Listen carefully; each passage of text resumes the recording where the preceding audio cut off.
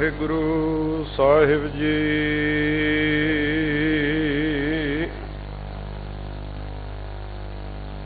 ਬਾਣੀ ਗੁਰੂ ਗੁਰੂ ਹੈ ਬਾਣੀ, ਵਿੱਚ ਬਾਣੀ ਅੰਮ੍ਰਿਤ ਸਾਰੇ। ਗੁਰ ਬਾਣੀ ਕਹੈ ਸੇਵਕ ਜਨ ਮਾਨੈ, ਪਰਤਖ ਗੁਰੂ ਨਿਸਤਾਰੇ।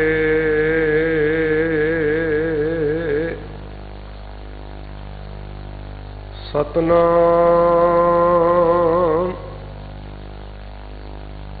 ਵਾਹਿਗੁਰੂ ਸਾਹਿਬ ਜੀ।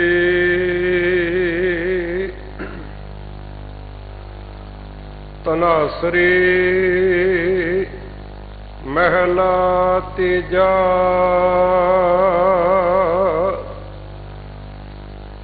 ਹਰ ਨਾਮ ਧਨ ਨਿਰਮਲ ਅਤ ਅਪਾਰਾ, ਗੁਰ ਕਾ ਸ਼ਬਦ ਭਰੇ ਭੰਡਾਰਾ। ਨਾਮ ਧਨ ਬਿਨ ਹੋਰ ਸਭ ਬਿਖ ਜਾਣ,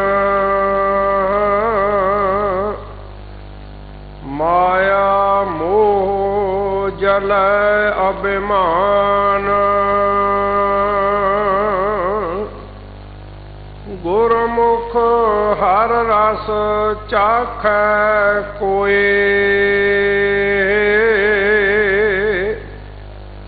ਤਿਸ ਸਦਾ ਆਨੰਦ ਹੋਵੈ ਦਿਨ ਰਾਤੀ।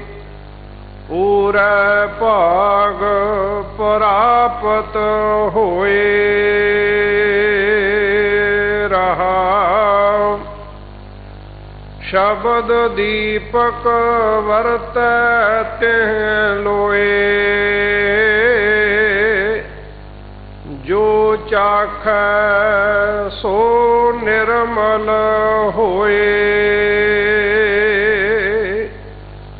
ਨਿਰਮਲ ਨਾਮ ਹਉ ਮੈਂ ਮਲ ਧੋਏ, ਸਾਚੀ ਭਗਤ ਸਦਾ ਸੁਖ ਹੋਏ। ਜਿਨ ਹਰ ਰਸ ਚਾਖਿਆ ਸੋ ਹਰ ਜਨ ਲੋਗ, ਤਿਸ ਸਦਾ ਹਰਖ ਨਾਹੀ ਕਦੇ ਸੋਗ। ਆਪ ਮੁਕਤ ਅਵਰਾ ਮੁਕਤ ਕਰਾਵੈ, ਹਰ ਨਾਮ ਜਪੈ ਹਰ ਤੇ ਸੁਖ ਪਾਵੈ। ਬਿਨ ਸਤਿਗੁਰ ਸਭ ਮੁਈ ਬਿਲ ਲਾਏ, ਅੰਦਨ ਦਾਜੈ ਸ਼ਾਂਤ ਨਾ ਪਾਏ। ਸਤਿਗੁਰ ਮਿਲੈ ਸਭ ਤ੍ਰਿਸ਼ਨ ਬੁਝਾਏ, ਨਾਨਕ ਨਾਮ ਸ਼ਾਂਤ ਸੁਖ ਪਾਏ। ਸਤਿਗੁਰ ਮਿਲੈ ਸਭ ਤ੍ਰਿਸ਼ਨ ਬੁਝਾਏ, ਨਾਨਕ ਨਾਮ ਸ਼ਾਂਤ ਸੁਖ ਪਾਏ।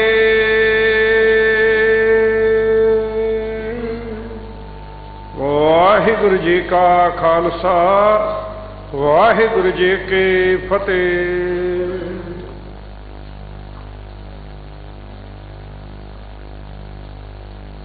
ਓੰਕਾਰ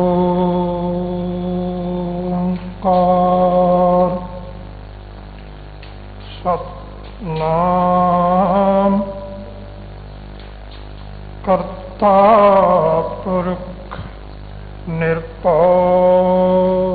ਨਿਰਵੈਰ ਅਕਾਲ ਮੂਰਤ ਅਜੂਨੀ ਸੈਭੰ ਗੁਰ ਪ੍ਰਸਾਦ ਸੋ ਟਿੱਕਾ ਸੋ ਬੈਣਾ ਸੋਈ ਦੀਵਾਨ ਪਿਉ ਦਾਦੇ ਜੇਵਿਆ ਪੋਤਾ ਪਰਵਾਨ ਜਿਨ ਬਾਸੁਕ ਨੇਤਰੈ ਕੱਤਿਆ ਕਰਨੇ ਪਾਣ ਜਿਨ ਸਮੁੰਦ ਵਰੋਲਿਆ ਕਰ ਮੇਰ ਮਧਾਨ ਓੜਾ ਕੀਤੋ ਸਹਿਜਦਾ ਜਤ ਕੀਓ ਪਲਾਣ ਕਲ ਵਿੱਚ ਤੂੰ ਅੰਧਾਰ ਸਾ ਚੜਿਆ ਰਹਿ ਭਾਣ ਸੱਤੋ ਖੇਤ ਜਮਾਈਐ ਸੱਤੋ ਸ਼ਾਵਾਨ ਕਲ ਵਿੱਚ ਤੂੰ ਅੰਧਾਰ ਸਾ ਚੜਿਆ ਰਹਿ ਭਾਣ ਸੱਤੋ ਖੇਤ ਜਮਾਈਐ ਸੱਤੋ ਸ਼ਾਵਾਨ। ਸਤਿਗੁਰਾਂ ਦੇ ਇਲਾਹੀ ਤੇ ਸਰਬ ਸੁਖ ਰੱਬੀ ਦਰਬਾਰ ਵਿੱਚ ਸੁਸ਼ੋਭਿਤ ਹੋ ਰਹੇ ਗੁਰੂ ਪਿਆਰੇ ਗੁਰੂ ਸਵਾਰੇ ਸਤਸੰਗੀ ਜਨੋ, ਆਓ ਅਦ ਪਿਆਰ ਅੰਦਰ ਕਰੋ ਨਮਸਕਾਰ ਗੁਰਦੇਵ ਨੂੰ ਤੇ ਅਦਬ ਸਹਿਤ ਪਿਆਰ ਭਰੀ ਫਤਿਹ ਬੁਲਾਓ ਜੀ। ਵਾਹਿਗੁਰੂ ਜੀ ਕਾ ਖਾਲਸਾ ਵਾਹਿਗੁਰੂ ਜੀ ਕੀ ਫਤਿਹ। ਗੁਰਬਾਣੀ ਦੀ ਚੱਲ ਰਹੀ ਲੜੀਵਾਰ ਕਥਾ ਅਨੁਸਾਰ ਆਪ ਜੀ ਨੇ ਜੋ ਮੁਬਾਰਕ ਸ਼ਬਦ ਸ਼੍ਰਵਣ ਕੀਤਾ ਹੈ ਉਸੇ ਹੀ ਪ੍ਰਕਰਨ ਨਾਲ ਸੰਬੰਧਿਤ ਹੈ। ਜਿਸ ਦ੍ਰਿਸ਼ਟੀਕੋਣ ਤੋਂ ਹਜ਼ੂਰ ਸੱਚੇ ਪਾਤਸ਼ਾਹ ਧੰਨ ਧੰਨ ਸਾਹਿਬ ਸ੍ਰੀ ਗੁਰੂ ਅਮਰਦਾਸ ਜੀ ਮਹਾਰਾਜ ਨੇ ਉਹ ਸ਼ਬਦ ਉਚਾਰਿਆ ਜੋ ਅਸੀਂ ਕੱਲ ਕੁਝ ਕੁ ਵਿਚਾਰਿਆ ਸੀ। ਥੋੜਾ ਜਿਹਾ ਅਸੀਂ ਗੌਰ ਨਾਲ ਗੁਰੂ ਦੀ ਬਾਣੀ ਨੂੰ ਤੱਕੀਏ ਤਾਂ ਸਤਿਗੁਰਾਂ ਨੇ ਗੁਰਬਾਣੀ ਨੂੰ ਸੰਪਾਦਿਤ ਕਰਨ ਵਿੱਚ ਜੋ ਕਮਾਲ ਕਰ ਵਿਖਾਇਆ ਹੈ ਉਹਨੂੰ ਧਿਆਨ ਵਿੱਚ ਲਿਆ ਕੇ ਹੀ ਸਾਡੇ ਮੂੰਹੋਂ ਵਾਹਿਗੁਰੂ ਨਿਕਲ ਜਾਏ। ਮੇਰਾ ਖਿਆਲ ਇਹੀ ਕਾਰਨ ਸੀ।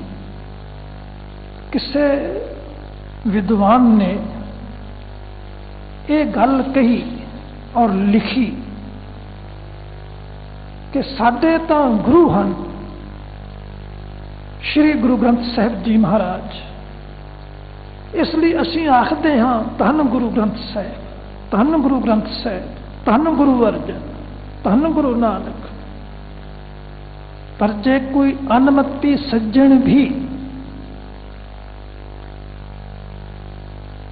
ਸ੍ਰੀ ਗੁਰੂ ਗ੍ਰੰਥ ਸਾਹਿਬ ਜੀ ਮਹਾਰਾਜ ਦੀ ਬਾਣੀ ਦੀ ਤਰਤੀਬ ਨੂੰ ਹੀ ਵਿਚਾਰ ਲੈ, ਵਰਤੇ ਅਲੰਕਾਰ ਤੇ ਸ਼ਬਦਾਬੰਦੀ ਨੂੰ ਧਿਆਨ ਵਿੱਚ ਲਿਆਏ, ਸ੍ਰੀ ਗੁਰੂ ਅਰਜਨ ਸਾਹਿਬ ਜੀ ਮਹਾਰਾਜ ਦੀ ਸੰਪਾਦਿਤ ਜੋ ਕਲਾ ਹੈ ਉਹਨੂੰ ਗੌਰ ਨਾ ਵਾਚੇ ਤੇ ਅਜਿਹੇ ਸਾਹਿਤਕਾਰ ਨੂੰ ਵੀ ਸ੍ਰੀ ਗੁਰੂ ਗ੍ਰੰਥ ਸਾਹਿਬ ਜੀ ਮਹਾਰਾਜ ਅੱਗੇ ਸੀਸ ਝੁਕਾਉਣਾ ਪਏਗਾ ਔਰ ਕਹਿਣਾ ਪਏਗਾ ਧੰਨ ਗੁਰੂ ਅਰਜਨ, ਧੰਨ ਗੁਰੂ ਅਰਜਨ। ਕਿਉਂਕਿ ਜਿਵੇਂ ਕੋਈ ਸੁਗੜ ਸੱਜੀ ਮਾਲਣ ਫੁੱਲਾਂ ਦਾ ਹਾਰ ਗੁੰਦਦੀ ਹੈ, ਜਾਂ ਕੋਈ ਹੀਰੇ ਜਵਾਹਰਾਤ ਮੋਤੀਆਂ ਦੀ ਮਾਲਾ ਗੁੰਦਦਾ ਹੈ, ਤੇ ਉਹ ਤਰਤੀਬ ਨਾਲ ਜੋੜਦਾ ਹੈ। ਤੇ ਉਸ ਤਰਤੀਬ ਵਿੱਚ ਹੀ ਖੂਬਸੂਰਤੀ ਹੁੰਦੀ ਹੈ। ਹਜ਼ੂਰ ਸੱਚੇ ਪਾਤਸ਼ਾਹ ਜੀ ਨੇ ਗੁਰਬਾਣੀ ਦੀ ਸੰਪਾਦਨਾ ਇਸ ਢੰਗ ਨਾਲ ਕੀਤੀ ਹੈ ਕਿ ਸ਼ਬਦ ਸਾਰੇ ਇੱਕ ਦੂਜੇ ਨਾਲ ਸੰਬੰਧਿਤ ਹੁੰਦੇ ਨੇ, ਪ੍ਰਕਰਨ ਚੱਲਦੇ ਨੇ। ਜਿਹੜਾ ਪ੍ਰਕਰਨ ਚੱਲਿਆ ਉਸ ਪ੍ਰਕਰਨ ਨਾਲ ਸੰਬੰਧਿਤ ਸ਼ਬਦ ਆਉਣਗੇ।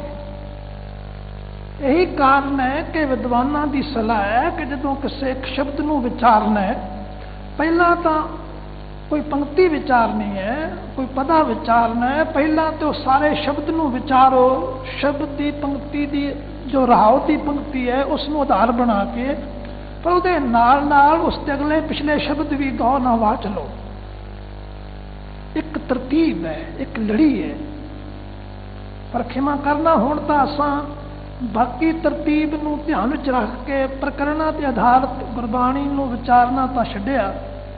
ਅਸੀਂ ਤਾਂ ਧੰਨ ਧੰਨ ਸਾਹਿਬ ਸ੍ਰੀ ਗੁਰੂ ਅਰਜਨ ਸਾਹਿਬ ਜੀ ਮਹਾਰਾਜ ਦੀ ਦਿੱਤੀ ਜੋ ਤਰਤੀਬ ਉਸ ਨੂੰ ਵੀ ਤੋੜੀ ਜਾ ਰਹੇ ਹਾਂ। ਜਦੋਂ ਸੰਪਟ ਪਾਠ ਲਾਉਂਦੇ ਨੇ, ਚਲਾਉਂਦੇ ਨੇ ਡੇਰੇਦਾਰ, ਅਜੇ ਸਿੱਖ ਮਰਜ਼ਾਦਾ ਵਿੱਚ ਇਸ ਤਰ੍ਹਾਂ ਦੀ ਕੋਈ ਮਰਜ਼ਾਦਾ ਨਹੀਂ ਹੈ, ਕੋਈ ਵਿਧਾਨ ਨਹੀਂ ਹੈ। ਪਰ ਜਦੋਂ ਸਾਡੇ ਧਾਰਮਿਕ ਆਗੂ ਤੇ ਰਾਜਨੀਤਿਕ ਆਗੂ ਅਜਿਹੀਆਂ ਸਮਾਗਮਾਂ ਤੇ ਜਾ ਕੇ ਉਹਨਾਂ ਦੀ ਉਸਤਤ ਕਰਦੇ ਨੇ, ਤਾਂ ਆਮ ਜਨਤਾ ਸਮਝ ਲੈਂਦੀ ਹੈ ਕਿ ਪ੍ਰਵਾਨ ਨੇ, ਤੇ ਉਸ ਗੱਲ ਦਾ ਲਾਹਾ ਲੈਂਦੇ ਨੇ। ਸ਼ਬਦ ਦੇ ਦਰਮਿਆਨ ਕੋਈ ਆਪਣੀ ਗੱਲ ਕਰਨੀ ਜਾਂ ਉਹਦੇ ਦਰਮਿਆਨ ਕੁਝ ਹੋਰ ਗੁਰਬਾਣੀ ਦੀ ਤੁਕ ਲਗਾ ਕੇ ਤੇ ਉਸ ਨੂੰ ਤੋੜਨਾ, ਇਹ ਸ੍ਰੀ ਗੁਰੂ ਅਰਜਨ ਸਾਹਿਬ ਜੀ ਮਹਾਰਾਜ ਦੀ ਦਿੱਤੀ ਤਰਤੀਬ ਨੂੰ ਤੋੜਨ ਦੀ ਅਵੱਗੇ ਹੈ। ਭਾਵੇਂ ਕੋਈ ਵਾਹ ਵਾਹ ਕਵੇ ਤੇ ਭਾਵੇਂ ਵਾਹਿਗੁਰੂ ਕਵੇ, ਸਾਨੂੰ ਉਸੇ ਸਰੂਪ ਵਿੱਚ ਹੀ ਗੁਰਬਾਣੀ ਦਾ ਗਾਇਨ ਕਰਨਾ ਚਾਹੀਦਾ ਹੈ, ਉਸੇ ਸਰੂਪ ਵਿੱਚ ਹੀ ਗੁਰਬਾਣੀ ਦਾ ਪਾਠ ਕਰਨਾ ਚਾਹੀਦਾ ਹੈ ਜੋ ਤਰਤੀਬ ਗੁਰੂ ਪਾਤਸ਼ਾਹ ਜੀ ਮਹਾਰਾਜ ਨੇ ਬਖਸ਼ਿਸ਼ ਕੀਤੀ ਹੈ। ਖੈਰ, तो कल का जो मुबारक शब्द सी उसनूं विचारदे हां, असीं नाल नाल गुर इतिहास नूं भी वाच रहे सां। धन धन साहिब श्री गुरु अमरदास जी महाराज, निमाणियां दे मां, निताणियां दे तां, न्योटियां दी ओट, सच्चे पातशाह करो दीदार, शोभनीक हन श्री गोविंदवाल साहिब। मेरा तो ख्याल इहदा नाम ही गोबिंदवाल सी, गोविंदवाल नहीं, हौली हौली गोविंदवाल हो गया है ते जोड़ दिता गोंदे खत्री दे नाल, पर भट्टा ने गोबिंदवाल लिखे। गोबिंदवाल गोबिंदपुरी सा, जलन तीर विपास बनायो, ब्यासा दे किनारे गोबिंदवाल, जिहड़ा गोबिंदपुरी पुरी दे तोले वसाया है। क्योंकि सच्चे पातशाह ने कोई भी गुर अस्थान किसी व्यक्ति के नाल नहीं जोड़िया, ना अपने परिवार के नाल ते ना किसी होर नाल। उन्हां दा हर दिता नाम, भावें अमृतसर है, भावें तरनताਰਨ है, भावें करतारपुर है, भावें आनंदपुर है, सारे रब्बी नाम ने, जिन्हां विचों कोई ना कोई रब्बी गुण झलकदा है। यह भी इतिहासिक वर्णन है कि जो साहिब श्री गुरु नानक पातशाह जी महाराज ने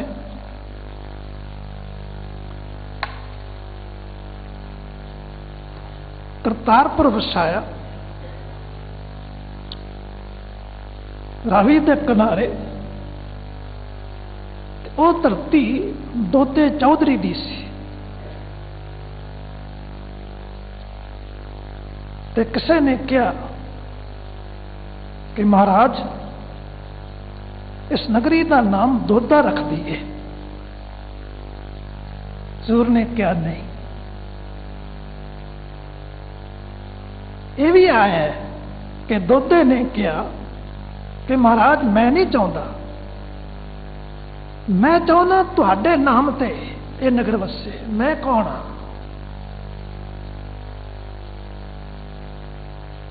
नानकपुर वसाइए। ते हजूर ने कहा ना दोधे का नाम ना नानक का नाम, इत्थे करतार का नाम। दोधे नूं समझा गई, कहंदा नानकपुरा वसाओ, तुहाडा नाम रोशन होए, तुहाडे करके सानू बख्शिश होई। कहंदे मैं कौन विचारा, मैं तो अठे पैरे ही कहंदा रहिंदा हां, ना हो ना मैं ना होवां,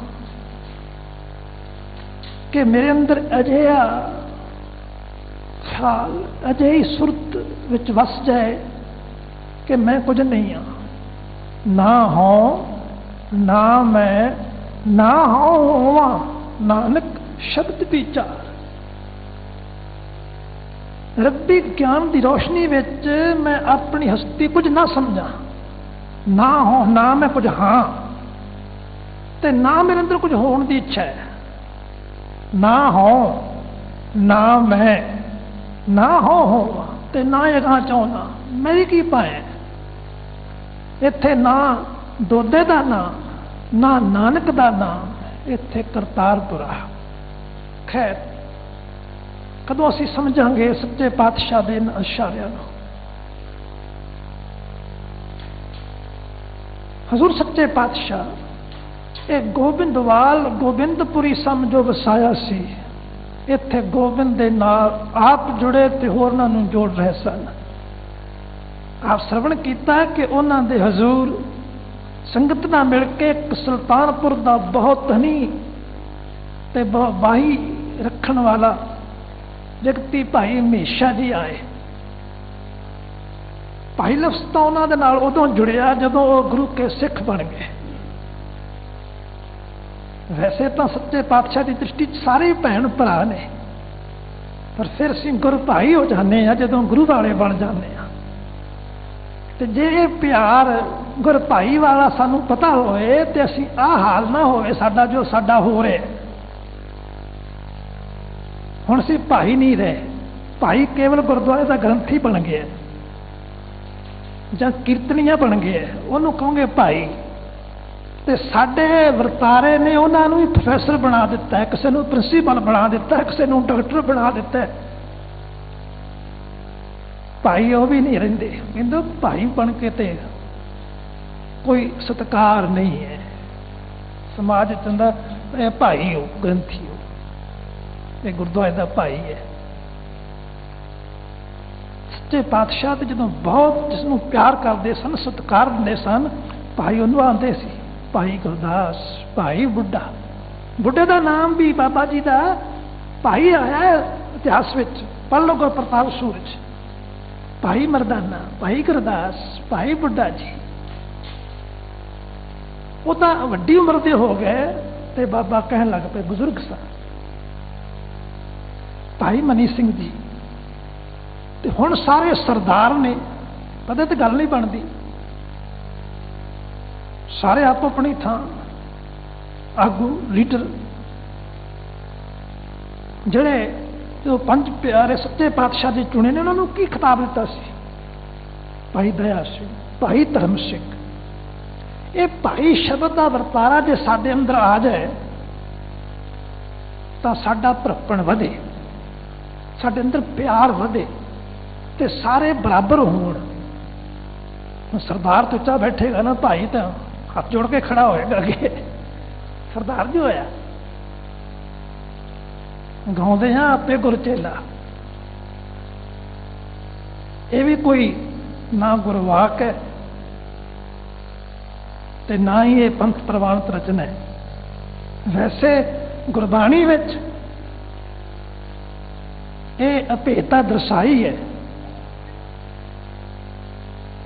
कि गुरु ते सिख आपस में अभेद होंदे ने। अभेदता आउंदी एक अवस्था ते जाके उन्होंने किसी प्रकार का भी भेद नहीं रहन दिता। गुरु सिख से गुरु है। इस प्रकार के बहुत वचन आते हैं गुरबाणी विच। तो धन धन साहब श्री गुरु अमरदास जी महाराज के हजूर जो हमेशा जो सुल्तानपुर का धनी पुरुष सी, बहुत बाह वाला सी, बहुत पत्तियां का मालक सी, ते ओदे बहुत अच्छे सुंदर घर सन, घोड़े ओदे पास सन, सारे सुख ऐश्वर्य के साधन सन जो उस वेले हो सकते सी। सच्चे पातशाह महाराज के दरबार आया ते गुरुदेव जी महाराज दे पासों सत्संग सुन के उहदे मन अंदर भी रीझ पैदा हो गई नाम धन प्राप्त करने की, क्योंकि उसनू समझ आ गई कि ये माल धन, ये जो दुनियावी धन है, ये जो संपत्ति है, ये माल धन तदों ही सफल है जे कोल नाम धन भी हो जाए। हजूर सच्चे पातशाह ने धन पदार्थ कमाउण नूं रोकिया नहीं है। सानू संसारक विकास लई, संसारक तल ते जीवन लई हरेक मनुख नूं इहदी लोड़ है। ते गुरु पातशाह जी महाराज ने इसे लिए सब तो पहला किरत करन दी गल कीती है, बाकी गल्लां बाद विच। किरत करेगा, उद्यम करेगा तो धन पदार्थ की घाट नहीं रहिंदी। मैं कहते उदो सी क्या निशानी, तोट न आवे अन्नी, अन्न धन की तोट नहीं आती उद्यम करने वाले नूं। इस सच्चे पातशाह ने प्रेरणा की, उद्यम करेंदियां जियो तू, हरेक खेत्र च उद्यम कर। उद्यम करके विद्या लै, उद्यम करके खेतीबाड़ी कर, उद्यम करके व्यापार कर। उद्यम तो बिना तो काम चलना नहीं ना। सिख उद्यमी हुंदा है। जिथे आस देखते हो ना, वो समझो उस गुरु का सिख नहीं, उन्होंने समझ नहीं आई सिक्खी दी। पर असीं आलसियां नूं मनदे हां, आलसियां नूं महात्मा मनदे हां।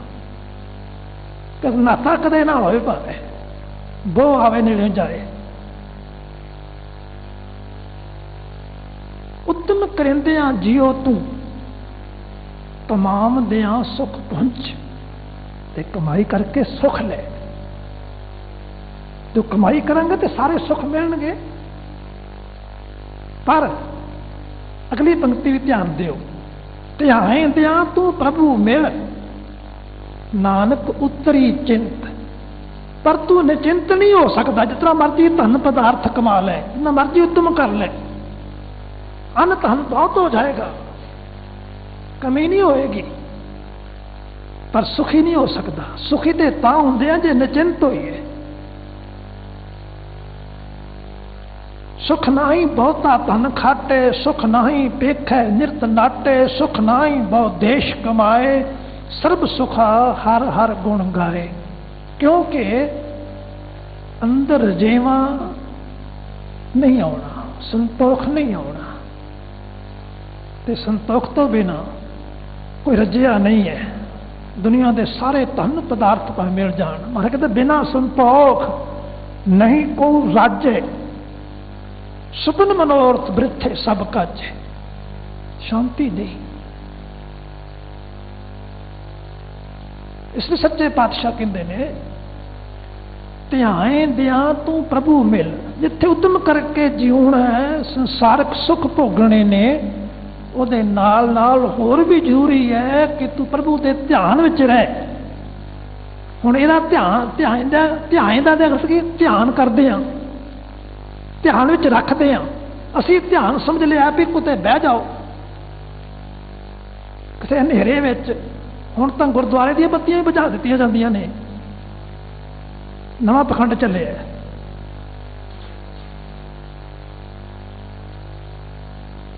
तो महाराज कहंदे ने ध्यान का अर्थ है कि उद्यम करना, हरेक खेत्र च किरतकार करदियां, काम कार करदियां, जो भी तेनों परमेश्वर ने किरत बख्शी है, धंधा बख्शिया है, ध्यान विच रख अकाल पुरख वाहिगुरू नूं भी कोई हैगा जिहड़ा मैनूं वेख रहा है, कोई हैगा जो सुन रहा है, आ ध्यान रखना है, सद सुनदा सद वेखदा, आ ध्यान रखना है। मत्थे च ध्यान रखिया कुछ नहीं बनना, ना ढिड की धुनी ते ना भरवटियां दे दरम्यान कुछ नहीं, ते ना किसी होर मूर्ति ते ना किसी होर लाट ते ना किसी नुकते ते, जिवें सानू समाधियां लाउण वाले दस रहे ने जोगी आदिक, उन्हें नकल असीं करी जा रहे हैं। सिख का ध्यान यही है कि वह उठदियां बैठदियां सौंदियां जागदियां किरतकार करदियां अपने ध्यान विच निरंकार नूं रखे, गुरु के ज्ञान नूं रखे। गुरु की कह रहे हैं ते गुरु का ज्ञान ध्यान विच होएगा। गुर मेरे संग सदा है, नाले की भावना अंदर होएगी, आई ध्यान है। तो फिर अपने आप ही उसके अंदर अकाल पुरख वाहिगुरू का ध्यान भी बनया रहेगा। ध्यान दिया तो प्रभु मिल, ध्यान विच रहना ही असल च नाम मिलना जे, और कोई व्यक्ति तो नहीं जिन्होंने जाके गलवकड़ी पा लांगे, वो तो सारे रूप ने। सानू तो सिख नूं सिख च नहीं दिसदा, गालां कढदे एक दूजे नूं, होर रंज की दिसना। जे ध्यान विच होएगा मालिक प्रभु ते अपने अंदर भी दिसेगा ते दूसरे अंदर भी, ते असीं आखांगे आओ जी महाराज, फिर कहांगे वाहिगुरू जी का खालसा वाहिगुरू जी की फतेह। ते ये फतेह बुलाउण वाले जदों गालां कढदे ने बिना किसी कारण झूठे दोष लाउंदे ने, खास करके जदों चोण आदक का माहौल बनया हुंदा है। वैसे तो हमेशा चलते रहिंदे अखबारां च, होर कुछ हुंदा ही नहीं, बस यही पंथ की सेवा बन गई, एक दूजे के झूठे दोषण लाई जाओ। ये सिक्खी है। हाँ जे कोई गलत काम करता उसनूं गलत कहो। जे कोई गुरुद्वारे की सेवा संभाल विच है, भावें कोई ग्रंथी रागी है, भावें कोई प्रबंधक है, जे वो सिक्खी तो छिड़के है, वो परिवार में सिक्खी नहीं है, वो गलत विहार करता, गलत आचार करता है, कहो ताकि वो बाज आवे, सचेत करो। पर जदों घर में सिक्खी है, उसका विहार सही है, गुरु की भावना में रहने वाले ने, असीं अपने स्वार्थ तो दूजे ते दूषणबाजी करते हैं। ये गुरु के उपदेश की उलंघन है। कंडे नूं कंडा कहना कोई गुनाह नहीं होता, पर फुल नूं कंडा कही जाओ। सच्चे पातशाह ने उस निंदा तो रोके, उसनूं निंदा आख्या। हुण ये तो निंदा करते हैं, तो सच्चे पातशाह की बाणी पढ़ो खां, छंडिया किवें उन्होंने मौलवियां नूं, ब्राह्मणां नूं, जोगियां नूं, समय के राजनीतिक आगूआं नूं, हाकमां नूं। असीं भी उहदे विच शामिल वां, वखरे ते नहीं, असीं घट नहीं होण उहनां तों। महाराज कहंदे ने एक सवाल किया कि महाराज संसार सागर तो किवें तरिया जाए। सच्चे पातशाह का उत्तर सी, संसार सागर ते नहीं तरिया जिन्नी एक ध्याया। संसार सागर उन्होंने तरिया जिन्हों ने एक मालिक प्रभु नूं ध्यान च रखिया, ते उहदे भाव विच रहिंदियां तज काम क्रोध अनिंद निंदा प्रभ शरण आई आया। ध्यान दियो। ते नाल नाल उन्होंने की कीता, प्रभु नूं ध्यान च रखिया, उहदे भाव विच विचरे। जदों असीं गलत काम करन तो रुकते हैं समाज भाईचारे विच, ये कानून की लंघना होएगी तो मैं फड़िया जावांगा, उन्हें सजा मिलेगी। उहदे पिछे ध्यान की हुंदा है? जिहड़ा समय का हाकम है, जो सरकार हुंदी, उहदा भाव ही हुंदा है ना, इस तरह बनया हुंदा है। जदों वो भाव पैंदा है ना, ये भाव ही साडी तुरंबत की मैल नूं धोंदा है। जिवें अग बालन नाल धातु शुद्ध हो जाता है। सोने चो खोट कढ़ना होवे तो अग दा सेक दिंदे, ज्यों बैसंतर धात शुद्ध होए, ज्यों बैसंतर धात शुद्ध होए। जे बैसंतर धात कहिए तो ये गलत हो जाएगा। बहुत संभल के बाणी बोलनी, ज्यों बैसंतर धात शुद्ध होए, धातु शुद्ध हो जाता है, सोना शुद्ध हो जाता है, तो हर का बहुत दुर्मत मैल गवाए। ਹਰੀ ਦਾ ਭਉ, ਉਹਦੀ ਹਜ਼ੂਰੀ ਦਾ ਅਹਿਸਾਸ, ਜਿਸ ਨੂੰ ਬਾਣੀ 'ਚ ਨਿਰਮਲ ਭਉ ਆਖਿਆ। ਨਿਰਮਲ ਭਉ ਪਾਇਆ, ਹਰ ਗੁਣ ਗਾਇਆ, ਹਰ ਵੇਖੇ ਰਾਮ ਹਦੂਰੇ। ਉਸ ਨੂੰ ਹਾਜ਼ਰ ਨਾਜ਼ਰ ਦੇਖਣਾ, ਇਹ ਭਉ ਪੈਂਦਾ ਤੇ ਦੁਰਮਤ ਨਿਕਲ ਜਾਂਦੀ ਹੈ, ਖੋਟੀ ਮਤ, ਖੋਟ ਨਿਕਲ ਜਾਂਦਾ ਹੈ। ਤੇ ਖੋਟ ਹੀ ਹੈ ਨਾ ਅੱਜ ਕਾਮ ਕ੍ਰੋਧ, ਕਾਮ ਤੇ ਕ੍ਰੋਧ ਫਰਮ ਕਹਿੰਦੇ ਅਨਿੰਦ ਨਿੰਦਾ, ਕੋਈ ਨਿੰਦਣ ਯੋਗ ਨਹੀਂ ਹੈ। ਦੇਖੋ ਅੱਜ ਕਾਮ ਕ੍ਰੋਧ ਅਨਿੰਦ ਨਿੰਦਾ, ਨਿੰਦਣ ਯੋਗ ਨਹੀਂ ਤੇ ਉਹਦੀ ਨਿੰਦਾ ਕਰਦਾ। ਇਹ ਤਜ, ਇਹ ਤਿਆਗ ਨਿੰਦਣ ਯੋਗ ਹੈ। ਸੱਚੇ ਪਾਤਸ਼ਾਹ ਨੇ ਰੋਕਿਆ ਨਹੀਂ। ਗੁਰੂ ਪਾਤਸ਼ਾਹ ਆਪ ਕਹਿੰਦੇ ਨੇ, ਕਾਦੀ ਕੂੜ ਬੋਲ ਮਲ ਖਾਏ, ਬ੍ਰਹਮਣ ਨਾਵੇ ਜੀਆਂ ਘਾਏ, ਜੋਗੀ ਜੁਗਤ ਨਾ ਜਾਣੇ, ਅੰਧ ਤੀਨੇ ਉਜਾੜੇ। ਕਾ ਬੰਦਾ ਆਖੋ ਗੁਰੂ ਨਾਨਕ ਨਿੰਦਾ ਕਰਦਾ ਜੋਗੀਆਂ ਦੀ, ਕਾਜੀਆਂ ਦੀ, ਬ੍ਰਹਮਣਾਂ ਦੀ। ਜਦੋਂ ਕਹਿੰਦੇ ਨੇ ਸਾਢੇ ਤੈ ਤੈ ਧੋਤੀਆਂ ਤੇਰੇ ਪਾਇਨ ਪਾ, ਗਲੀ ਜਿਨ੍ਹਾਂ ਜਬ ਮਾਲੀਆਂ ਲੋਟੇ ਹੱਥ ਨ ਭੱਗ, ਉਹ ਹਰ ਕੇ ਸੰਤ ਨਾ ਆਖੀਏ ਬਨਾਰਸ ਕੇ ਠੱਗ। ਉਹ ਨਿੰਦਾ ਕਰਦੇ ਨੇ? ਨਹੀਂ, ਉਹ ਤਾਂ ਬਲਹਾਰ ਜਾਂਦੇ ਨੇ।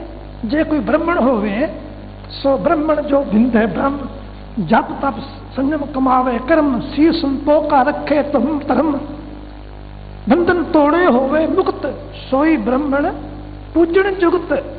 ਉੱਥੇ ਪੂਜਣ ਯੋਗ ਸਮਝਦੇ ਨੇ। ਇਸ ਤਰ੍ਹਾਂ ਬਾਕੀਆਂ ਦੀ ਗੱਲ ਹੈ।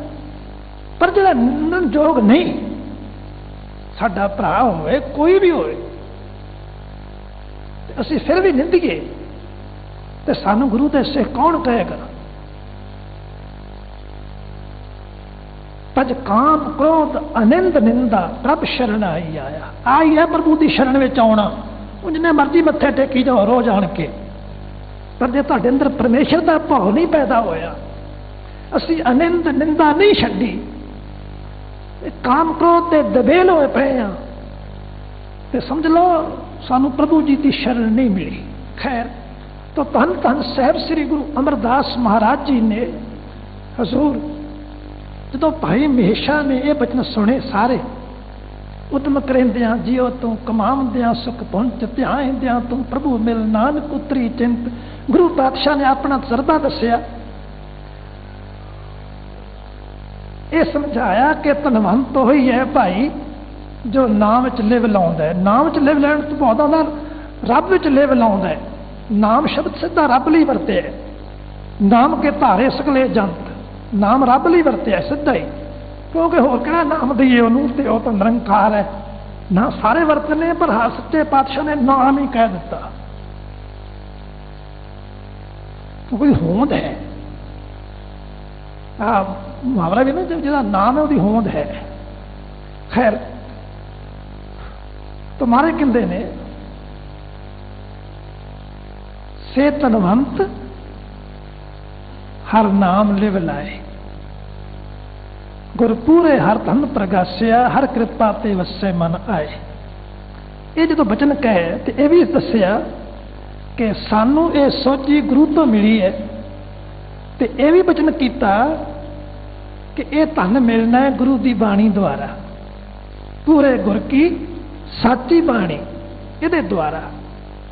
ਤੇ ਜਦੋਂ ਇਹ ਧਨ ਮਿਲਦਾ ਹੈ ਤੇ ਅਵਗੁਣ ਦੂਰ ਹੋ ਜਾਂਦੇ ਨੇ ਤੇ ਮਨੁੱਖ ਅੰਦਰ ਗੁਣ ਵੱਧ ਜਾਂਦੇ ਨੇ।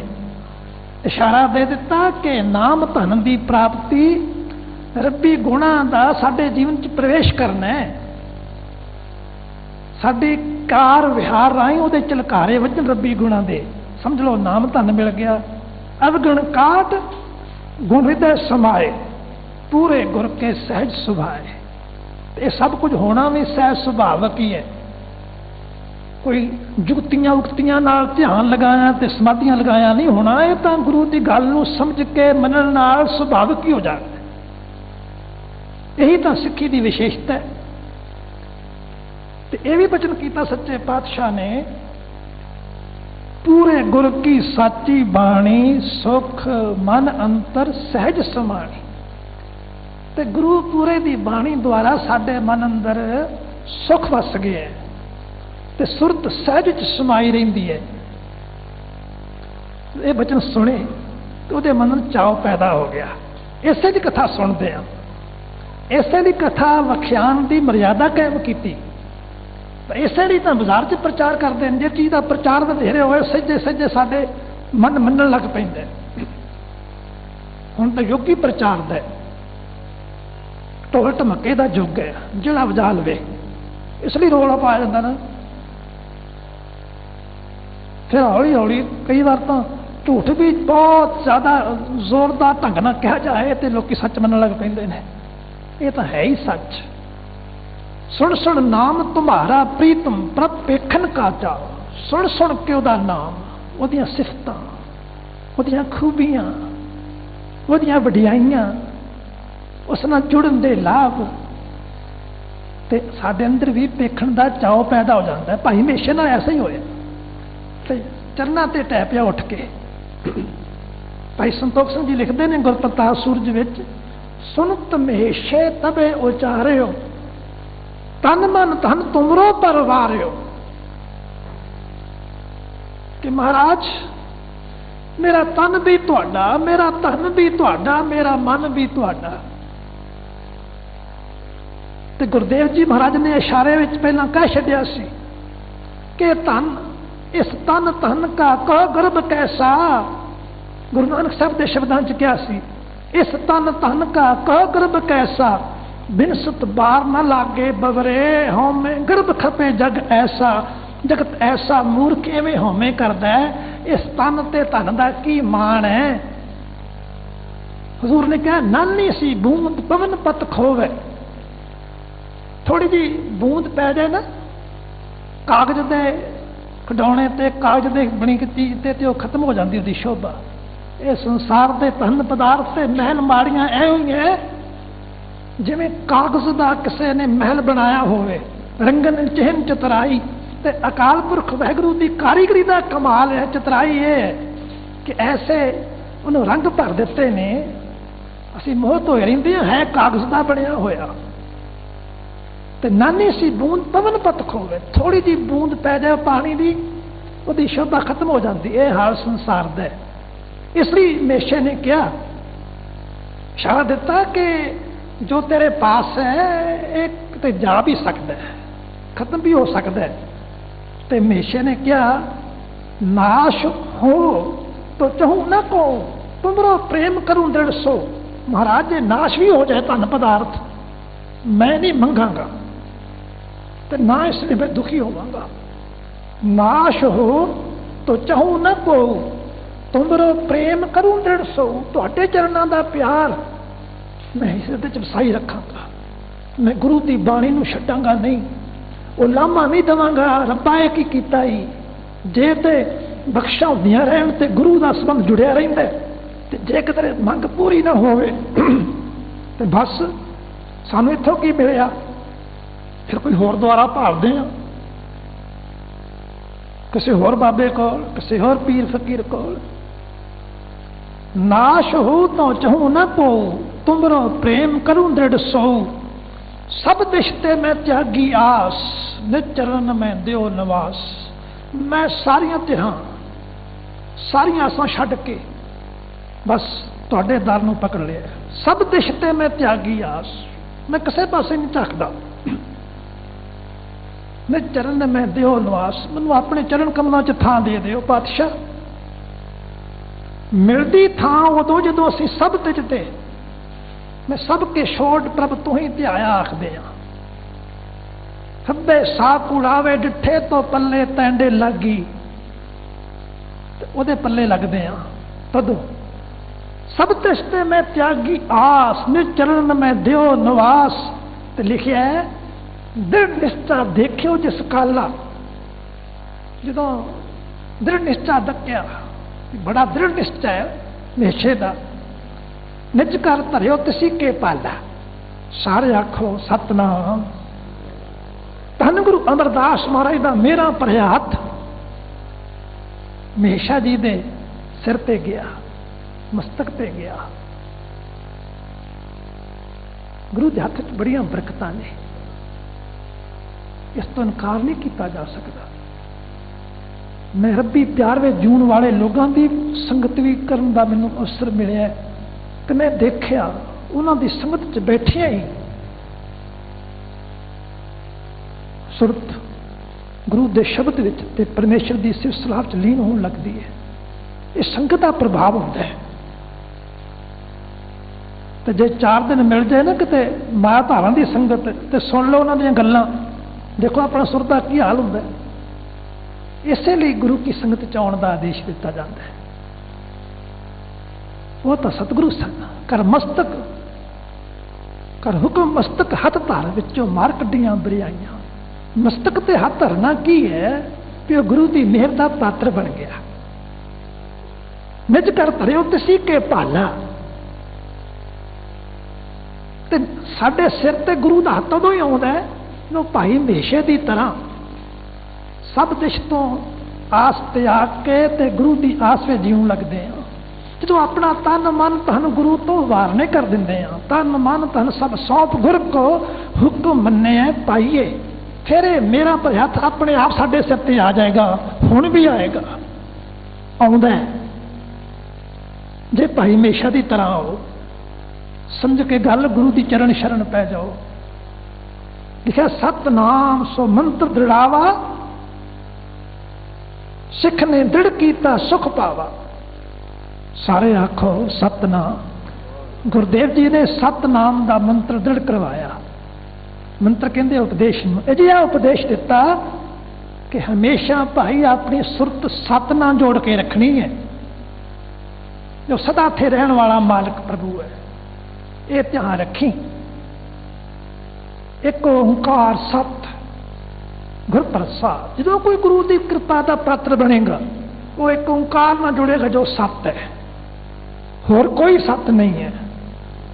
ਕੋਈ ਵਿਅਕਤੀ, ਕੋਈ ਦੇਵੀ ਦੇਵਤਾ, ਕੋਈ ਸੰਤ ਬਾਬਾ, ਕੋਈ ਨਹੀਂ। ਸਤ ਇੱਕ ਹੀ ਹੈ। ਖੈਰ,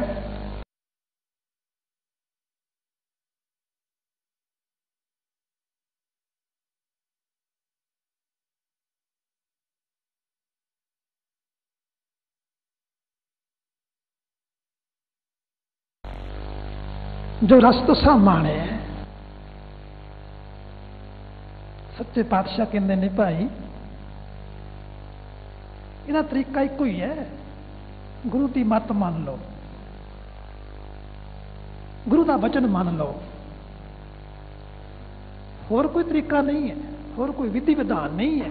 ਇੱਕੋ ਵਿਧੀ ਵਿਧਾਨ ਹੈ। ਗੁਰੂ ਦਾ ਵਚਨ ਸੱਤ ਕਰਕੇ ਮੰਨੋ, ਗੁਰੂ ਉਪਦੇਸ਼ ਨੂੰ। ਗੁਰਮਤ ਹਰ ਰਸ ਚਾਖੈ ਕੋਏ, ਅੱਜ ਦਾ ਜੋ ਸ਼ਬਦ ਹੈ ਉਹਦੀ ਰਹਾਉ ਦੀ ਪੰਕਤੀ ਹੈ। ਗੁਰਮਤ ਗੁਰਮੁਖ, ਗੁਰਮੁਖ ਹਰ ਰਸ ਚਾਖੈ ਕੋਏ। ਗੁਰੂ ਦੇ ਸਨਮੁਖ ਹੋ ਕੇ, ਸਨਮੁਖ ਹੋਣਾ ਕੀ ਹੁੰਦਾ ਹੈ? ਗੁਰੂ ਦੇ ਹੁਕਮ ਨੂੰ ਮੰਨਣਾ। ਜੇ ਕੋ ਸਿੱਖ ਗੁਰੂ ਸੇਤੀ ਸਨਮੁਖ ਹੋਵੇ ਤਾਂ ਸਨਮੁਖ ਸੇ ਕੋਈ ਜਿਉ ਰਹੇ ਗੁਰ ਨਾਲੇ, ਗੁਰ ਕੇ ਚਰਨ ਹਿਰਦੇ ਧਿਆਏ। ਤੇ ਚਰਨ ਤੋਂ ਭਾਵ ਗੁਰੂ ਦਾ ਸ਼ਬਦ ਹਿਰਦੇ ਚ ਵਸਾਈ ਰੱਖੇ। ਕੁਝ ਵੀ ਕਰਨਾ ਹੈ ਤੇ ਗੁਰੂ ਦੇ ਸ਼ਬਦ ਦੀ ਰੋਸ਼ਨੀ ਵਿੱਚ, ਭਾਵੇਂ ਵੋਟਾਂ ਲਈ ਪ੍ਰਚਾਰ ਹੀ ਕਿਉਂ ਨਾ ਹੋਵੇ, ਪਰ ਗੁਰੂ ਸ਼ਬਦ ਦੀ ਰੋਸ਼ਨੀ ਚ ਬੋਲੋ। ਜੇ ਕੋਈ ਝੂਠਾ ਤੇ ਝੂਠਾ ਕਹੋ, ਮੰਦਾ ਤੇ ਮੰਦਾ ਕਹੋ। ਜੇ ਕੋਈ ਗੁਰੂ ਦਾ ਸਿੱਖ ਨਹੀਂ ਹੈ, ਉਹ ਸਿਰ ਚ ਕੁਤਾਈ ਕਰਦਾ ਹੈ, ਸੁਚੇਤ ਕਰੋ ਲੋਕਾਂ ਨੂੰ। ਪਰ ਝੂਠੇ ਦੂਸ਼ਣਬਾਜ਼ੀ ਕਿਉਂ ਕਰਦੇ ਹੋ? ਲੋਕੀ ਕੀ ਕਹਿਣਗੇ? ਜਲੂਸ ਕਿਉਂ ਕੱਢਦੇ ਫਿਰਦੇ ਹੋ ਬਾਜ਼ਾਰਾਂ ਵਿੱਚ? ਕੁਝ ਤਾਂ ਸ਼ਰਮ ਕਰੋ। ਸੱਚੇ ਪਾਤਸ਼ਾਹ ਆਖਦੇ ਨੇ ਗੁਰਮੁਖ ਹਰ ਰਸ ਚਾਖੈ ਕੋਈ। ਜਿਹੜਾ ਕੋਈ ਗੁਰੂ ਦੇ ਸਨਮੁਖ ਹੋ ਕੇ ਗੁਰੂ ਦਾ ਵਚਨ ਮੰਨ ਕੇ ਰਸ ਚੱਖ ਲੈਂਦਾ ਹੈ ਤੇ ਸਦਾ ਆਨੰਦ ਹੋਵੇ ਦਿਨ ਰਾਤੀ, ਪਿਆਰੇ ਉਸ ਨੂੰ ਤਾਂ ਦਿਨ ਰਾਤ ਆਨੰਦ ਬਣਿਆ ਰਹਿੰਦਾ, ਦੁਖੀ ਹੁੰਦਾ ਹੀ ਨਹੀਂ। ਪੂਰੇ ਭਾਗ ਪ੍ਰਾਪਤ ਹੋਏ, ਪਰ ਪੂਰੇ ਭਾਗਾਂ ਨਾਲ ਹੀ ਇਹ ਬਖਸ਼ਿਸ਼ ਹਾਸਲ ਹੁੰਦੀ ਹੈ। ਅਰਦਾਸ ਕਰੀਏ ਤਾਂ ਸਹੀ। ਧੰਨ ਧੰਨ ਸਾਹਿਬ ਸ੍ਰੀ ਗੁਰੂ ਰਾਮਦਾਸ ਮਹਾਰਾਜ ਦੇ ਹਜ਼ੂਰ ਵੀ ਇੱਕ ਸਿੱਖ ਆਇਆ ਸੀ ਤੇ ਉਸਨੇ ਬੇਨਤੀ ਕੀਤੀ, ਮਹਾਰਾਜ ਮੈਂ ਸੁਣਿਆ, ਬੜਾ ਸੁਣਿਆ, ਰਸ ਅੰਮ੍ਰਿਤ ਨਾਮ ਰਸ ਅਤ ਭਲਾ, ਕਿਤ ਬਿਤ ਮਿਲੇ ਰਸ ਖਾਏ। ਕਿ ਮਹਾਰਾਜ ਮੈਂ ਸੁਣਿਆ ਕਿ ਅੰਮ੍ਰਿਤ ਨਾਮ ਰਸ ਬੜਾ ਭਲਾ ਹੈ, ਤੇ ਮਹਾਰਾਜ ਨੇ ਇਹ ਵੀ ਸੁਣਿਆ ਗੁਰੂ ਮਹਾਰਾਜ ਆਪ ਦੀ ਸੰਗਤ ਵਿੱਚੋਂ ਕਿ ਜਿੰਨਾ ਚਿਰ ਅਸੀਂ ਪਦਾਰਥਕ ਰਸ ਮਾਣਦੇ ਰਹਿੰਦੇ ਹਾਂ, ਮਾਇਕ ਰਸ ਮਾਣਦੇ ਰਹਿੰਦੇ ਹਾਂ, ਤੇ ਉਹਨਾਂ 'ਚ ਖਚਿਤ ਰਹਿੰਦੇ ਹਾਂ। ਮੰਨਣੇ ਤੇ ਹੈਗੇ ਹੀ ਨੇ, ਸੰਸਾਰ ਵਿੱਚ ਜਿਉਂਦਿਆਂ ਕਿਹੜਾ ਰਸ ਰਹਿ ਜਾਏਗਾ, ਖਚਿਤ ਹੋ ਜਾਂਦੇ ਹਾਂ। ਤੇ ਸਾਨੂੰ ਨਾਮ ਰਸ ਮੰਨਣ ਦਾ ਧਿਆਨ ਨਹੀਂ ਆਉਂਦਾ। ਰਸ ਸੋਇਨਾ ਰਸ ਰੂਪਾ ਕੰਮ, ਰਸ ਪਰਮਲ ਕੀ ਵਾਸ, ਰਸ ਘੋੜੇ ਰਸ ਸੇਜਾ ਮੰਦ, ਰਸ ਮੀਠਾ ਰਸ ਮਾਸ, ਇਤੇ ਰਸ ਸਰੀਰ ਕੇ ਕਹਿ ਘਟ ਨਾਮ ਨਿਵਾਸ। ਇਹਨਾਂ ਚਸਕੇ ਵੱਧ ਗਏ ਹੋਣ ਤੇ ਨਾਮ ਦਾ ਰਸ ਕਿੱਥੋਂ ਆਉਣਾ ਹੈ? ਤੇ ਦੱਸੋ ਮਹਾਰਾਜ ਇਹ ਕਿਵੇਂ ਆਵੇ? ਰਸ ਅੰਮ੍ਰਿਤ ਨਾਮ ਰਸ ਅਤ ਭਲਾ, ਕਿਤ ਵਿੱਚ ਮਿਲੇ ਰਸ ਖਾਏ। ਇਹ ਰਸ ਕਿਵੇਂ ਚਖੀਏ?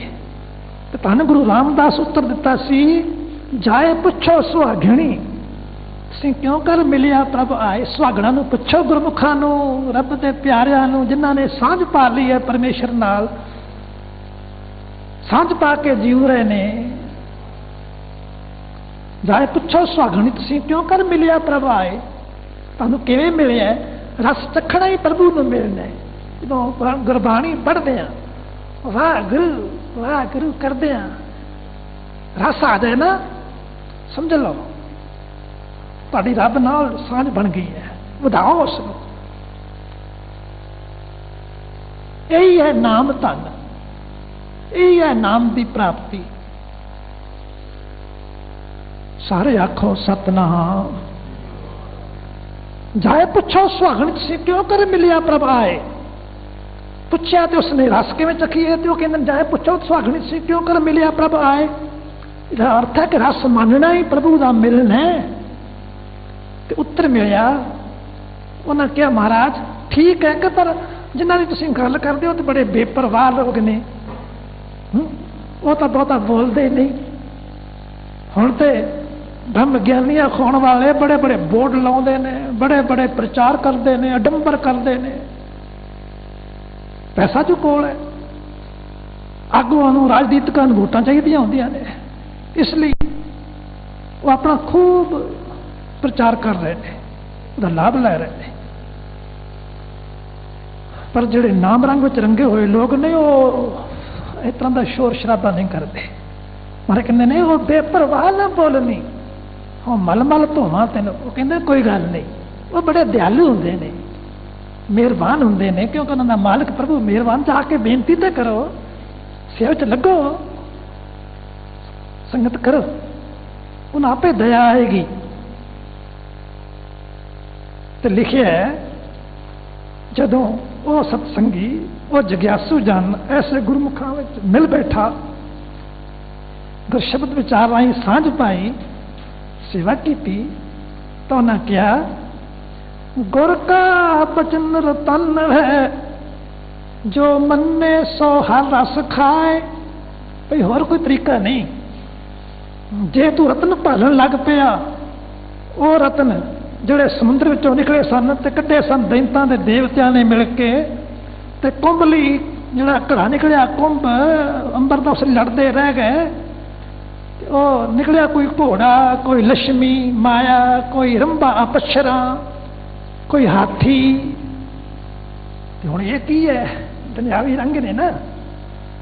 ਜੇ ਇਹਨਾਂ ਨੂੰ ਮੰਨਣ ਵੱਲ ਲੱਗਾ ਰਿਹਾ, ਇਹਨਾਂ ਵੱਲ ਤੇਰਾ ਧਿਆਨ ਲੱਗਿਆ, ਇਹਨਾਂ ਦੀ ਪੂਜਾ ਕਰਦਾ ਰਿਹਾ, ਕੁੰਭ ਦੇ ਮੇਲੇ ਮਨਾਉਂਦਾ ਰਿਹਾ, ਤੇ ਸਮਝ ਲੈ ਨਾਮ ਰਸ ਨਹੀਂ ਜੂ ਆਉਣਾ।